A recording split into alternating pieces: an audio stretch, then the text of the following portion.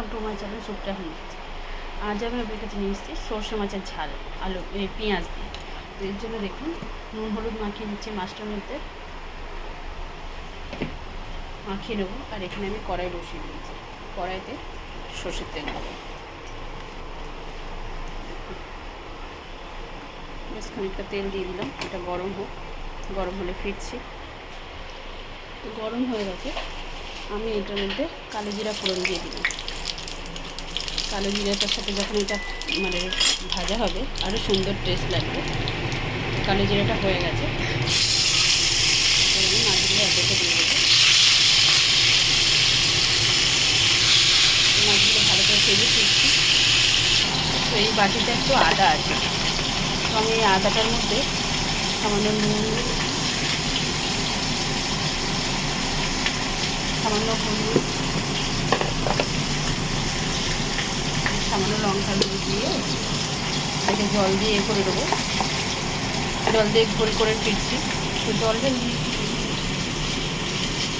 আমি স্বাদ মতো চিনি দিয়ে দিলাম, জিরের গুঁড়ো দিয়ে দিলাম, এটাকে ঘেটে দিলাম। আর এদিকে দেখুন মাছটা একটু হয়ে গেছে, উল্টে দেবো।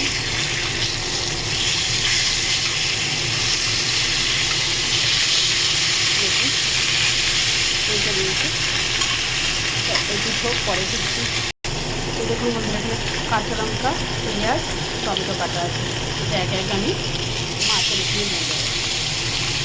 ওর সাথে হতে থাকবে, সব দিয়ে দেবো।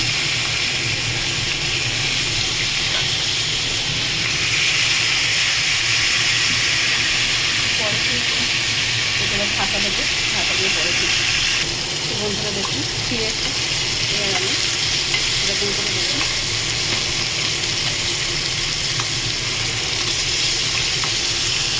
তো আমার পেঁয়াজটা মোটামুটি ব্রাউন মতো হয়ে গেছে।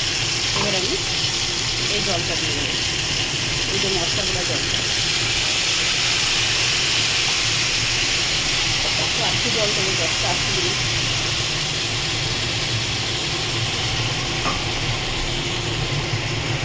জল দিলাম দেখুন হচ্ছে টমেটো এগুলো সব সিদ্ধ হবে। তো এবার ঢাকা দেবো, আর কিছু করার নেই, এবার শুধু ঢাকা দেবো।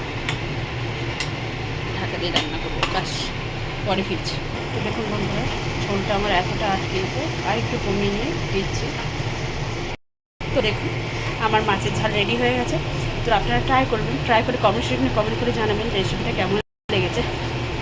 ভালো লাগলে লাইক কমেন্ট শেয়ার করবেন, আর আমার চ্যানেলটা সাবস্ক্রাইব করবেন। ভালো থাকবেন, সুস্থ থাকবেন। ফর ওয়াচিং বন্ধুরা, বাই বাই।